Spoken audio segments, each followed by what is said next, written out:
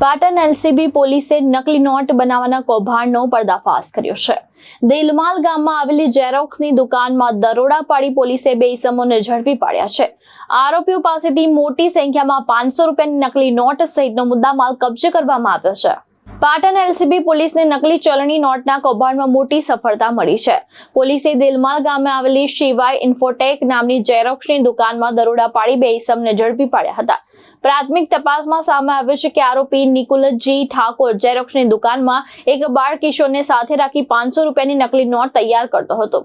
પોલીસે સ્થળ પરથી 500 રૂપિયાની 492 નકલી note, computer, colour printer, mobile phone તેમજ વાહન મળીને કુલ રૂપિયા 1,01,100 નો મુદ્દામાલ કબજે કર્યો છે। સમગ્ર મામલે પોલીસે ગુનો નોંધી તપાસનો ધમધમાટ શરૂ કર્યો છે। આ કૌભાંડના સંડોવાયેલા 3 અન્ય ઇસમોને ઝડપી પાડવા પોલીસ દ્વારા ચક્રો ગતિમાન કરવામાં આવ્યા છે।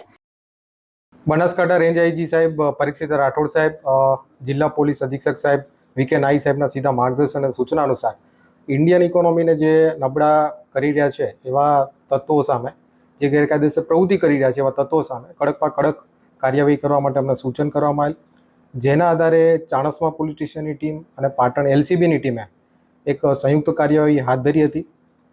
એલસીબીની ટીમને એવી બાતમી મળી હતી કે ચાણસ્મા પોલીસ સ્ટેશન વિસ્તારના દેલમાલ ગામે એક શિવાય ઇન્ફોટેક નામની કંપનીમાં ઝેરોક્સ સંબંધિત કાર્યવાહી ચાલી રહી છે અને આ ઝેરોક્સની દુકાનની આડમાં જે નકલી ઇન્ડિયન કરન્સી છે, ફેક ઇન્ડિયન કરન્સી છે, એનું પણ પ્રિન્ટિંગ થઈ રહ્યું છે।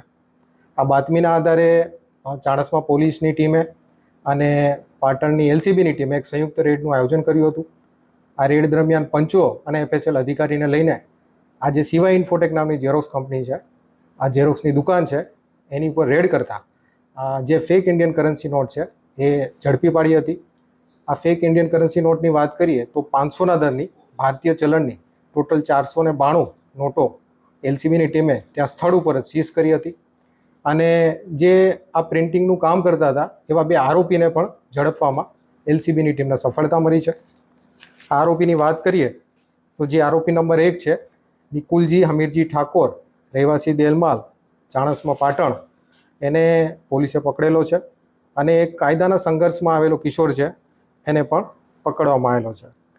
આ જે બંને આરોપીઓ છે એના પ્રાથમિક ઇન્ટ્રોગેશન દરમિયાન જાણવા મળેલું હતું કે આમાંથી જે એક આરોપી છે એ જે તે સમયે દિલ્હીમાં એક આંગળીયા પેઢીમાં કામ કરતો હતો અને ત્યાં એમને અમુક ઇસમો સાથે ઓળખાણ થતાં એમણે ડિમાન્ડ કરેલ કે ભાઈ અમારે ફેક ઇન્ડિયન કરન્સીની જરૂર છે, તો એના આધારે આ આખું પ્રિન્ટિંગનું કામ ચાલુ કરવામાં આવેલું હતું।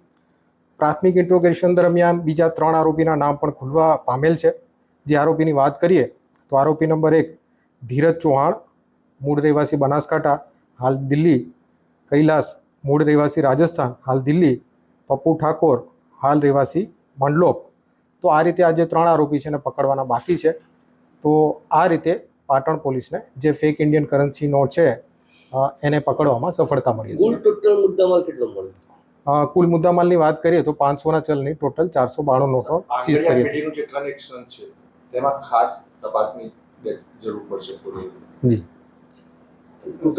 નકલી ચલણ નોટો બનાવવા માટે શેનો ઉપયોગ કરતા હતા, કેટલીની સાચું સામગ્રી કરતા? આ સર્ચ એન્ડ સીઝર દરમિયાન વાત કરીએ તો એક કોમ્પ્યુટર છે, એક પ્રિન્ટર છે અને જે અલગ અલગ કલરની ઇંક છે એને પણ પોલીસે સીઝ કરી હતી। આની મદદથી એ લોકો આ જે નકલી કરન્સી છે એનું પ્રિન્ટિંગ કરતા હતા। કેટલા સમયથી સાહેબ આ કરતા હતા?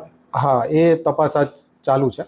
બનાવટી નોટોનો શું ઉપયોગ થતો હતો અને ક્યાં આગળ ઉપયોગ થતો હતો? હા, પ્રાથમિક ઇન્ટ્રોગેશન દરમિયાન જાણવા મળ્યું છે કે જે આ આરોપી છે એ દિલ્હીની કોઈ આંગળીયા પેઢીને આ નોટો સપ્લાય કરવાનો હતો। બાકી ડિટેલમાં ઇન્ટ્રોગેશન દરમિયાન આનો આન્સર મળી શકે। દીપક સથવાર, દ્રષ્ટિકોણ ન્યૂઝ, પાટણ।